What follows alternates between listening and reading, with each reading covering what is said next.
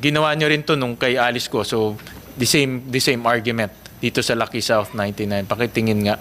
Kasi meron silang binabayaran. In short, may binabayaran sila sa PAGCOR, wala sa BIR. Because ang declaration nila, lugi. Yes, Mr. Chair. Madam Chair. Okay. And then, I'd like to ask si Mayor. Mayor, when you issued itong mayor's permit, ano ang mayor's permit niya? BPO ba siya or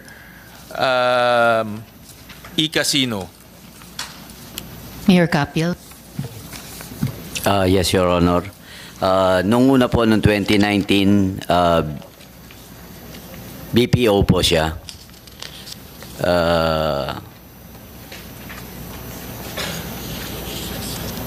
That was November 11, 2019. 2019, BPO siya. Opo.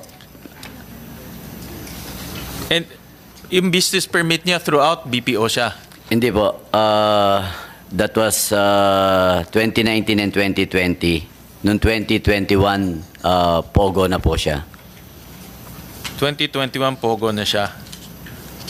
Bakit flash nga? Meron pa tayo. Okay. Pero alam niyo ho, meron siyang dalawang lisensya. Meron siyang BPO and meron siyang e-gaming. Diba? And I understand, PAGCOR, na nagsabay itong kanyang lisensya at one point, correct? Yes, sir. So nagsabay yung lisensya siya. So ibig sabihin, yung kanyang negosyo, dalawang klase. It might be isang kumpanya, pero dalawa yung kanyang pinagkukuhaan ng negosyo. No? But in your, tinitignan ko itong business permit niyo, kung BPO siya, in 2019 and 2020, bakit wala siyang gross sales tax?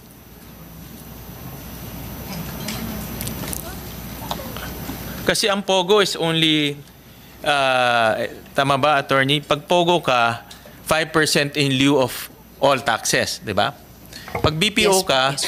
you have to pay LBT, your local business tax, correct? Yes, sir, as well as the income tax, sir. As well as the income tax to the BIR. But in the declaration dito sa business permit, during 2019 and 2020, wala siyang income. No? Yun lang po ang dinedeclare sa amin. Bali, ang alam din namin, in lieu of the local taxes, sa PAGCOR na po talaga magbabayad. Only when it's Your Honor. e-gaming. Only with its e-gaming. Pero pag BPO siya, normal corporation siya. Meaning you have to pay just like any other normal corporation. No? Opo, hindi po siya nag-declare sa amin. Wala po siyang... In-audit nyo ba ho siya? Kasi may power ang treasurer to audit. Pwede nyo hingiin yung kanyang income statement, pwede nyo hingiin yung kanyang audited financial statements, and you can audit. Ang declaration sa inyo should be gross sales tax based on gross sales. So, meron bang hiningan nyo ba ng mga dokumento ito? Actually, hindi po kami aware doon. Maybe our treasurer can Andiyan ba answer si to that. treasurer? Wala po siya ngayon, di namin kasama. Pero basic Your to, Honor. Mayor, lalo na pag kita ng bayan, dapat aware tayo dahil kita ng bayan to eh. And then I understand also, 2021 PAGCOR, BPO pa rin siya, tama? Kailan huminto yung kanyang BPO permit? 2021, sir. Correct. So 2021 dapat mayroon pa siyang declaration sa LGU. Yes, sir.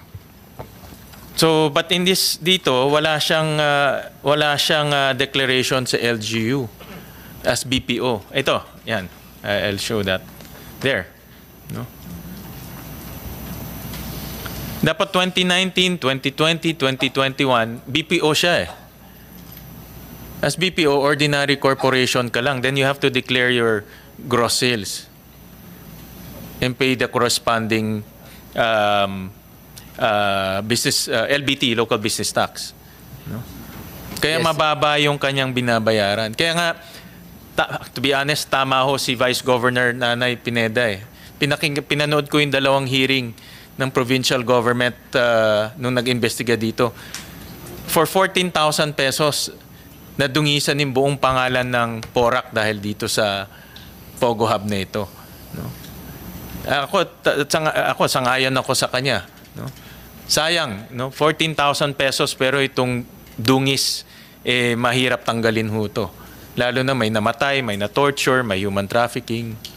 Di ba ho? So yung aking na-observation dito na dapat 2019, 2021, BPO siya. Tsaka yung lono, nakita ko is really BPO. Tama po ba, Mayor? Yes, Your Honor. Ang original BPO niya, ang original lono niya is BPO. So in other words, just like any other corporation siya. Opo, Your Honor. Yeah. Nung nakita ko rin, no, I was pinadala yung dokumento at papasalamat ako, Mayor, nagpadala kayo ng mga dokumento. Meron siyang mga permits, no? Na-inspect ba itong Pogo Hub na ito mula nag-umpisa siya? Meron ba hong inspection ng, let's say, kasi pag mag-apply ka ng occupation permit, may inspection yan eh. Napuntahan ba ng mga engineers natin to? Yes, Your Honor. Nandito po si engineer para... Sige po, engineer. Napuntahan ba ito? Yes, Your Honor. Before the issuance po ng occupancy, tinitignan po namin kung nag-comply po sila doon sa mga plano sinubmit nila. May physical inspection to. Physical inspection. Okay. Pakisubmit na lang sa amin yung inspection report. Yung pong sa inspection report po, yung ini-issue namin is yung occupancy permit po, Your Wala Honor. ba kayong site inspection report? Kasi may observation, mga ano-ano. Yung ano lang po is yung compliance niya doon sa as-built plan na sinubmit na sinasubmit po sa amin ng applicant, Your Honor. Pero mayroong pumupunta doon physically. Yes po, before the issuance po, even before the issuance ng building permit and issuance ng occupancy po, nag-inspect po kami. Okay. Sige po. Nakita ko doon sa pinadala niyo, Mayor, na may pinadala kayong sa amin na parang narration ng nangyari based sa inyong karanasan. At doon po sa narration, nasabi niyo na meron 2 beses na nagpadala kayo ng composite inspection team. Tama po ba? Yes, Your Honor. Anong dates yun, Mayor? Yung una po nung August 25, 2023 with the PNP and our team sa munisipyo. Yung pangalawa po nung May 3, 2024 with our team and the BFP, Your Honor. Sen. Sherwin, if I may interject, kasi parang may timeline na rin na nakikita tayo. I'd just like to ask a question, Mayor, tungkol sa 2019. Well, Mayor po kayo mula 2019, hindi po ba? Yes po. Okay po. Tapos, nag-groundbreaking po yung Phase 3 ng Lucky South 99 noong 2021. Tama po? Groundbreaking ng Phase 3 noong 2021. Hindi ko po alam kasi hindi po kami nasabihan ng groundbreaking kung may groundbreaking man sila. Pero yun po yung... May photo po ng groundbreaking, and kung hindi po ako nagkakamali, nandun po kayo ng groundbreaking. Ang gusto ko po itanong, noong 2021 kasi, nasa ilalim po tayo ng ECQ. So, bakit po napayagan yung groundbreaking? Your Honor, hindi ko, kung makita ko po siguro yung picture as far as my recollection, wala po akong alam na pumunta po ako sa groundbreaking sa kanila. Pero may, Ewan ko lang po pero may pinayagan po ba kayong groundbreaking noong 2021 ng Phase 3? wala po akong matandaan, Your Honor. Itanong ko na lang po sa inyo ulit, baka mamaya ng konti. Sige po. Salamat, Mayor. Salamat, Sen. Sherwin. Thank you po. In line with that, dahil na buksan ng ating chairman yung pandemic at na-mention rin to ni Dr. Casio, may papakita ho kaming this one. Okay, yung video natin. Yeah, just this one na lang. Just this one. Yung mga buildings doon, nag-umpisa, can you show it? Ito? Can you show it? Siya, 2019. Oo. Oo. Hindi. Ito.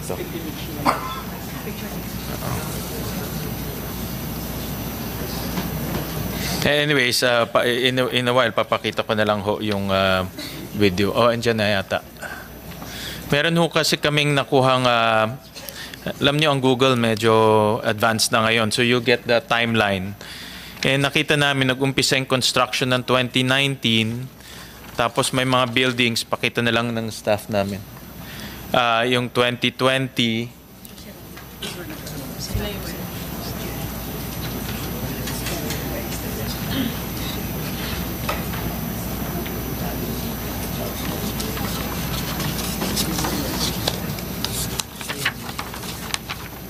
in 2019.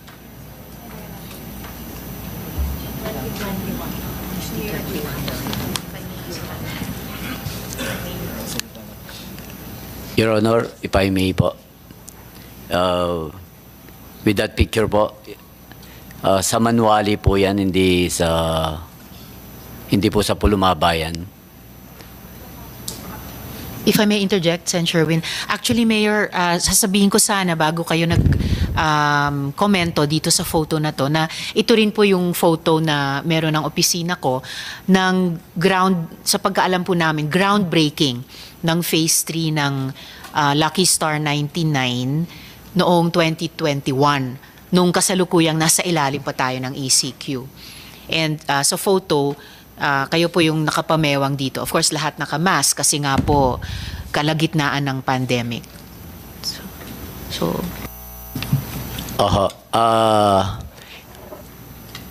Actually, hindi po siya groundbreaking. Nagpasama sila na mayroon silang titignan na property. Gusto nilang mag-invest rin sa Barangay Manuali. Malayo po sa malayo po sa Pulumaba. If you want, we can take you there po. Hindi po yung groundbreaking yan sa Pogo Hub doon, Madam Chair.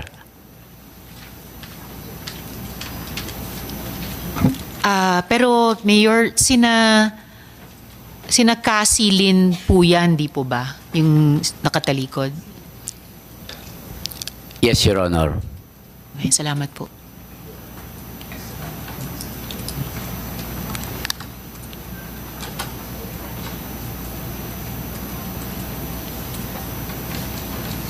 can you show itong, okay.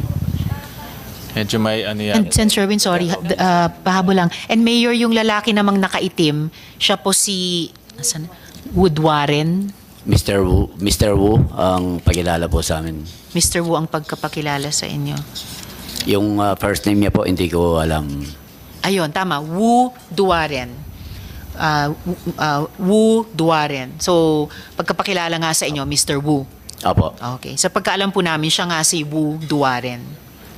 So, at sila pong dalawa, si Cassie Leong at si Wu Duaren, sila po yung itinanong ko sa inyo kanina na mga pogo bosses. So, yun po. Salamat po. Salamat, Sen. Sherwin. Thank you, Madam Chair. So, pakita lang namin yan. 2019, ganyan po yung itsura niyan. And then, March of 2019, December of 2019, may mga nakatayo na, nagko-construct. And then, February of 2020, hindi pa ito nag-ECQ. Pero, halos matatapos na. And then the next nakuha namin time lapse is October of 2021. Tapos na pati yung phase 3. So in other words, patapos na. So in other words, from February of 2020, nag-March kasi yung lockdown . March yung lockdown. Tapos on and off tayo, kung matatandaan nyo, on and off tayo. 2021, nasa ECQ pa rin, limited ang construction. But in this particular case, nakita rin namin na even during the pandemic, tuloy-tuloy yung construction nila. Actually, the same rin yan nakita namin sa Bamban. We showed you the time lapse. So, in other words, Mayor, alam niyo ba na nagko-construct sila during the pandemic time o pinayagan niyo sila mag-construct during the pandemic time? During pandemic po, dahil napaka-busy natin lahat sa pagsiserve po sa ating mga kababayan, affected. Lahat naman po tayo affected by the pandemic. Honestly, hindi na po kami nakakapunta. Ang location po, ang geographic location po ng Pulumaba, hindi ka talaga dadaan ng Porac. Angeles po ang magiging daan mo, Mr. Chair. Kaya kung di mo pagsasadya ng Angeles, hindi ka talaga makakapunta sa area. Wala pong daan yan from Porac going to that area. And up to now, ganun po ang sitwasyon dyan po. Pero siyempre humihingi sila sa inyo ng permit, lalo na yung barangay siguro. Kung sinasabi niyo hindi niyo namalayan, sigurado ako yung barangay mamamalayan yan. Dahil barangay captain yun eh. Ang barangay po kasi ng Pulumaba is a dissolved barangay. Wala pong nakakasakop na barangay dyan. Dissolved barangay. Wala pong nakakasakop na barangay dyan. Kaya talagang ibang klase po talaga ang Pogo po sa Pulumaba. Wala siyang barangay. Ang entry-exit niya po sa Angeles. Wala kaming entry-exit sa Porac. Kaya ang totoo, yung mga kababayan ko, hindi man sila aware dyan. Kaya yung construction po nung pandemic, talagang naitago rin po sa amin, Mr. Chair. Sinasabi niyo, Mayor, paki-flash nga ulit, walang barangay na nakakasakop dyan? Walang punong barangay na Walang punong barangay po na nakakasakop dyan. dyan sa lugar na yan? Opo, Mr. Chair, wala po. Parang kakaiba yan. Parang ngayon lang ako nakakita sa buong Pilipinas na may lugar na walang barangay jurisdiction. Opo. Actually, yung income din nila sa province, naka-hold dahil wala po silang mabigyan ng share. Wala doon sa quarry po. May quarry po kasi dyan sa Pulumaba. Naka-hold yung quarry shares nila dahil hindi nila alam din kung kanino barangay nila po ibibigay. Extraordinary po ang situation dyan dahil Porac nga po siya, we admit, it's on our territorial jurisdiction, pero yung geographic location po niya, kakaiba talaga dahil pagsasadyain mo po siya, ang entry-exit mo, Angeles, walang entry-exit po ng Porac. Pero more Mr. so, Chair. akong tatanungin, Mayor, more so na dapat tayo maging mas alerto at alisto dyan sa area dahil wala ka ng kapitan, hindi mo pa makita, nabigyan ng building permit. Diba? Parang kung akong tatanungin, dapat mas mapagmasid tayo dyan sa area yan. Mas alerto tayo sa mga nangyayari dyan. Yung opinion ko yun dahil alam naman natin na meron tayong in-issue na business permit, meron tayong in-issue na building permit, alam natin na 47 buildings ang itatayo, at alam rin natin na naka-ECQ at may pandemya pa at that time. So, parang mahirap tanggapin na biglang parang kabuti na lang siya na lumabas dyan na walang nakakaalam. No? So, that's my opinion and analysis of kung anong nangyari. At babalikan ko lang kanina, no? Meron kayong, nasabi nyo kanina na meron kayong inspection noong August 22, 2003. Tama po ba, Mayor? Opo, Your Honor. And May 3, 2024? Yes po. Oo. And then, ano nangyari ho nung August 22, 2023? Noong August 2023, wala naman pong nakitang any criminal activities doon po. Same with May 3, 2024. Ano nyo na itong may...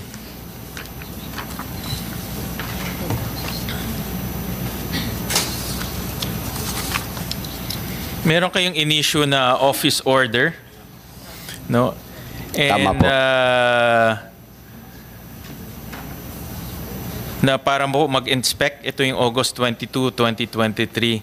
And joint inspection team of all barangays. Tama po ba? Tama po. Kasi isang page lang to, no? So, meron kayong composite team na pumunta doon? Yes po, nung August 2023, kasama po yung team namin sa munisipyo, composing of the mayor's office, the engineering, the Menro, at kasama rin po ang PNP ng Porac. So, may kasamang PNP doon? Kasama po, nandyan po sa picture Okay. And namin. anong objective nitong inspection team? Bakit kayo nag-issue ng ganito? Upon the request po ng PNP chief para masamahan po sila sa area. I believe bago yata yung COP namin doon para makita niya yung area, considering po talaga na ang area ng Pogo Hub ay entry-exit nga, sabi ko nga po, sa Angilesia. Hindi talaga sa Porac. So, hindi nyo i-inspect dito yung Pogo Hub? Sen. Sherwin, if I may just interject, nagpapaalam po ang PAOK na mauna na munang umalis. Si Yusek Cruz. Kayong lahat, pero may iwan po si Yusek Cruz. No, ma'am. Oh. We apologize. We have a Alright. meeting, ma'am. Okay, the USEC will remain. I have to leave together with DOJ Yakat, ma'am. We have another meeting for the filing of the cases against Lucky South this week. So, good luck po sa meeting and salamat sa inyong pagdalo and it's good Yusek Cruz will be staying on. Salamat, sir. Salamat, Sen. Sherwin. Pabalikan ko lang, Mayor. Ang objective ba ho dito ay yung... pero nakasulat dito, you are hereby ordered to immediately conduct an inspection of the reported operation of Lucky South 99 Outsourcing Incorporated located in Pulong, Maba, Santa Cruz, Porac. So may target kayo. Gusto nyong i-inspect itong Lucky South 99. The PNP is requesting assistance to conduct an inspection of the said establishment and so on. So meron kayong target na i-inspect. Tama? Itong Lucky South 99. Opo, yes, Your Honor. Okay. At meron kayong pulis na kasama. Meron po. Okay. And anong naging resulta nitong inspection? With limited access po, so far wala naman pong nakitang any criminal acts or any violence doon sa area. Parang business as usual lang po. Diba, narinig ko doon sa provincial government hearing na hindi kayo pinapasok hanggang sa labas lang kayo? Itong inspection team? I-correct ko lang po yung hindi pinapasok. Pinapasok po kami hanggang doon lang sa guardhouse. Pero doon hanggang sa security office lang. Kaya hindi po sa buong area po. Okay. And by the tone of this, parang meron na kayo, and may kasama kayong police, parang meron na kayong objective na peace and order ang inyong dapat maatupag dito eh. Yes, Your Honor. To check na rin po kung ano ang nangyayari po sa loob ng Pogo Hub. Pero hindi kayo nakapasok sa loob. Hindi po kami nakapasok sa loob, So Mr. walang Chair. checking na nangyari. Kung nasa labas lang kayo, tinignan lang natin yung facade, in reality, walang checking na nangyari. Ganun po yung nangyari dahil hindi po tayo pinapasok talaga sa buong area. Hindi ba kayo nagkaroon ng duda bakit hindi kayo pinapapasok? Siguro po, akala o namin nangyayari talaga na that's a private property na madalas. Kasi parang ang tono may objective kayo. No? I-inspectionin ho namin ang Lucky South 99. Sinama nyo yung police. No? Yes. Pero ang inspection hanggang labas lang. Walang Sen. tunay na Sherwin, inspection. Yeah. pwede pong magdugtong sa tanong. Mayor, kasama niyo po ba sa inspection na to si dating Chief of Police Colonel Guardaya? Kasama ho namin noong August 25, 2023, Your Honor. By any chance po yung inspection sa August 2023 na kasama si Colonel Guardaya ay siya po yung humiling nito sa inyo na inyong gawin? Yes, Your Honor. Ano po yung mga dahilan niya ba't siya humingi sa inyo bilang mayor na inspection ninyo yung Lucky South 99? Honestly, alam ko po noon dahil bago-bago lang siya to inspect siguro yung area of responsibility niya. Nakasama po yan. Kaya she requested the inspection. So parang just to establish a baseline or wala ba siyang concerns or maaring natanggap na mga ulat na dapat ninyong i-check as a composite team? Kung hindi po ako nagkakamali, kasama rin yan doon sa yun nga po, 'di ba, may mga na-dump na mga kaya siguro nag-ocular na rin doon. Nauna na po yung dumping nung Yeah. siyam na tao.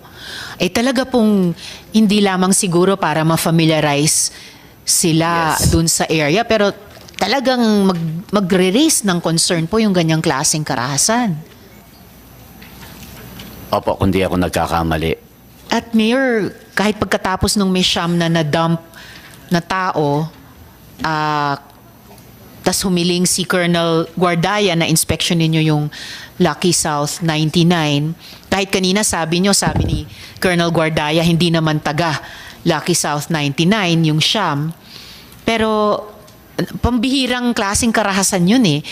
Kahit ganun po yung naunang nangyari, hindi po nag-insist yung composite team nyo na papasukin kayo. Kahit pa po private property yun. Kung may issue po ng ganyang klaseng karahasan, may may mandato ang local government unit at ang local chief executive na makalampas sa security office. Opo, limited access lang po ang ibinigay sa aming team, Your Honor. Yun na nga po, Mayor, yung parang hindi acceptable na nilimitahan nila kayo, considering kayo po yung local chief executive. Opo, I believe pag mag-aalugog na po siguro, search warrant na po siguro ang kailangan nun. Salamat, Sorry. Sen. Sherwin. Yeah. Thank you, Madam Chair. Nakita ko kasi intention nitong composite team. Meron kayong BPLO, may zoning officer, may sanidad, may mayor's office representative, at may PNP. Actually, ginagawa ho talaga yan ng mga LGUs. Kahit ako, ginagawa ko ho yan nung mayor ako. Dahil ang police, by its own, hindi pwedeng pumasok. Kakasuhan ho talaga sila. Pero ang pwede lang makapasok is LGU. Dahil marami silang powers. Meron kang sanidad, meron kang zoning officer. Kaya nakita ko dito, ang intention, para makapasok sila sa loob. Kasama yung police. Yes, Your Honor, pero talagang limited access lang po ang ibinigay Correct. nila. Ang pinagtataka namin ni Senator Risa is bakit hindi nyo in-insist? Andiyan yung intention eh. Bakit hindi nyo ho in-insist? Opo, Dahil meron na kayong, parang sa tono ho nito, may target tayo, Lucky South 99. May PNP tayo kasama. Composite team para makapasok hanggang loob. Nandyan na ho lahat. Bakit ho tayo biglang parang hindi ho natin tinuloy yun? Oo, kung nag-insist po yung team, baka kami naman po ang kasuhan. Meron bang, nung umatras na ho itong team na ito, I'm sure in-report ho sa inyo, tama po ba? Yes, Your Honor. Anong ginawa nyo pagkasunod? Dahil wala naman pong report na any criminality na nakita doon, kaya wala naman po kaming wala naman na-report sila na any violence nga. Pero may kasama kayong PNP eh. 'Di ba ho, kung ang intention nyo hindi ho peace and order, hindi ho kayo magpapadala ng PNP. Diba may intention kayong meron ho kayong objective eh. No, kaya may PNP ho kasama. Diba? Opo, kasi sila po yung nag-request nung pagpunta po doon. Kaya kasama namin sila. Meron ba ho kayong pagtapos ho niyan, meron ba ho kayong i-report, let's say, sa police na hindi ho kayo pinapasok, hanggang labas lang ho kayo? Wala, kasi para sa akin, walang inspection na nangyari. Ang nakasulat ho dito, conduct an inspection of the reported operation of Lucky South 99 outsourcing. Di ba ho, pag nasa labas lang, you don't conduct an inspection. Let alone, you don't see the operation. Yun po ang nangyari talaga na hindi kami pinapasok. Kaya wala po kami sigurong na-report dahil wala naman nakita na crime, Your Honor. And wala talaga makikita na crime kung nasa labas, di ba, Mayor? Kung nasa labas ka ho, hindi niyo talaga makikita yung crime. Yun lang ang nakikita ko ho dito. Walang inspection ho totoong nangyari. At ang tinatanong ko naman ngayon, alam niyo ho, narinig ko rin sa mga doon sa provincial government, pinanood ko ho to in 2 hearing. Sinabi niyo na hindi kayo pinapasok kasi baka makasuhan kayo ng trespassing, etc. Ang ini-insist niyo, hindi ho kayo pinapasok. Ang tanong ko ngayon, nung hindi kayo pinapasok, meron ba kayong ginawang mga action para malaman ho to ng otoridad na hindi kayo pinapasok? So far po, dahil wala naman kaming nakitang with limited access din po, wala naman din po kaming may re-report, Mr. Chairman. Oh, hindi, limited access nga because hindi kayo pinapasok. But did you make any subsequent action? Let's say, nag-report ho kayo sa provincial government na hindi ho kami pinapasok. Nag-report ho kayo sa provincial director na hindi ho kayo pinapasok. Dinocument niyo ho ba yung hindi pagpasok? At gumawa ba kayo ng, may mga action ba kayong ginawa na para makamit niyo yung objective niyo of inspection? May joint inspection report po kami na sinubmit sa inyo po. Nag-report ba, sabi nga na Chair, nag-report ba kayo sa PAGCOR na merong hindi kami pinapapasok? Kasi ang punto ho natin, inspection ho to eh. Ang punto ko kasi, kung noong August 22, 2023, nagawa nyo yung inspection at naniniwala ako na andun na ho yung mga kriminal na yon.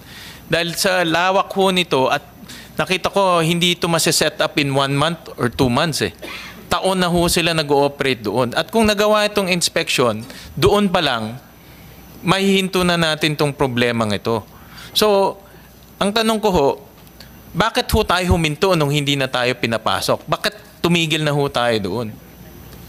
Yun ang nakadidetect ko ho dito sa mga dokumento eh. Opo, Senador. At doon sa testimonial nyo, doon, again, no, pinanood ko ho yun. Narinig ko ho, sinabi nyo na hindi kami pinapasok dahil baka ma-demanda ho kami. Yes, sir. Yes, Your Honor. So alam pero nyo, hindi kayo... nandyan po sa joint inspection report namin yung nakita ng dun sa limited access po namin. Opo. Kasama naman po namin ang police. May palagay ko meron din silang actual report to report to the IRAPs. No, pero napakababaw po yung discovery nila. The team found that the wastewater overflowing along the road due to the absence of drainage canals outside of the premises connecting to the water outfall. So ito lang ho yung kanyang na-report. Sana ho nakita niya na merong human trafficking, meron hong mga, sabi nga ni Yusek Gilbert, nakakalat ho doon yung torture equipment. No? Sana nakita ho natin yung prostitution. Ang nakita ho nila walang outfall dahil nasa labas lang ho sila. Yeah. Maybe kailangan din namin ng search warrant po para makapasok. Hindi niyo ho kailangan ng search warrant. Tsaka ho, yung sinasabi nyo kung bakit yung PAOK kailangan ng search warrant, ang LGU, kakailangan, mali ho yun. Ang simple answer, LG ho kayo, sila hindi elected official. Kaya kailangan ho sila ng search warrant. Meron ho kayong visitation powers at inspection powers.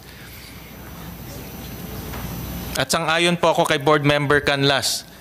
Sinabi niya kung mayor siya, makakapasok siya. At sasabihin ko sa inyo, nag-mayor po ako na 9 na taon, nagagawa rin ho namin yun. At ako, natatandaan ko, kung meron ayaw magpapasok, lalo ako nagdududa.